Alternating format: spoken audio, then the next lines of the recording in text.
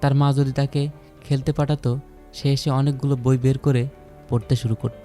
আর এখান থেকে সিদ্ধার্থর ভেতরে সব ইমোশনগুলো মারা যায়। আর সে সবসময় লজিক্যালি কথা বলতো আর কাজ করত।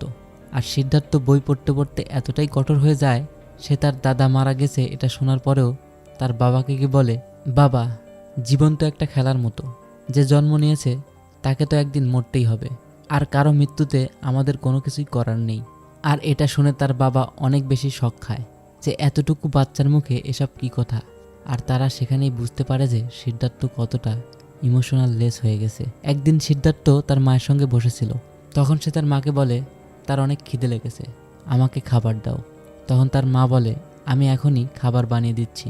কিন্তু সে খাবারের জন্য ওয়েট না করে সেখানে থাকা গাছের পাতা খেতে শুরু করে।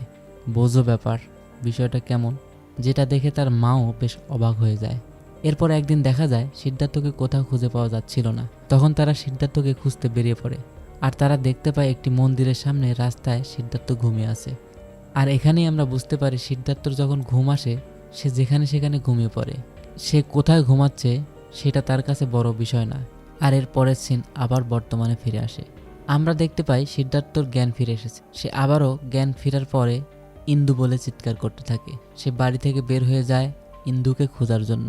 আর তখনই সে সিগারেট খাওয়ার জন্য একটি মেয়ের কাছে গিয়ে লাইটার চায়। মেয়েটি বলে, আমার কাছে কোনো লাইটার নেই, তোমার কি মনে হয় আমি লাইটার নিয়ে ঘুরি? আর তখনই সেখানে রাধা নামের একটি মেয়ে আসে আর সিদ্ধার্থকে লাইটার দেয় সিগারেট জ্বালানোর জন্য। আসলে রাধা নামের মেয়েটি হলো সিদ্ধার্থের চাচাতো বোন। সে এসেছিল সিদ্ধার্থকে বাড়িতে নিয়ে যাওয়ার জন্য, কিন্তু সিদ্ধার্থ কোনো কথাই শুনে না। সে আবারও ইন্দুর খোঁজে বেরিয়ে পড়ে। এরপর আমরা দেখতে পাই ইন্সপেক্টর ইন্দুর সঙ্গে দেখা করতে এসেছে। ইন্সপেক্টর ইন্দুর কাছে সিদ্ধার্থের বিষয়ে জিজ্ঞাসাবাদ করে। তখন ইন্দু বলে, আমি সিদ্ধার্থকে সবার প্রথমে কলেজে রেখেছিলাম। সিদ্ধার্থ এমন একটা ছেলে ছিল যে যার কোনো কিছু আসে যায় না। আমরা দেখতে পাই সিদ্ধার্থ একদিন বই পড়ছিল।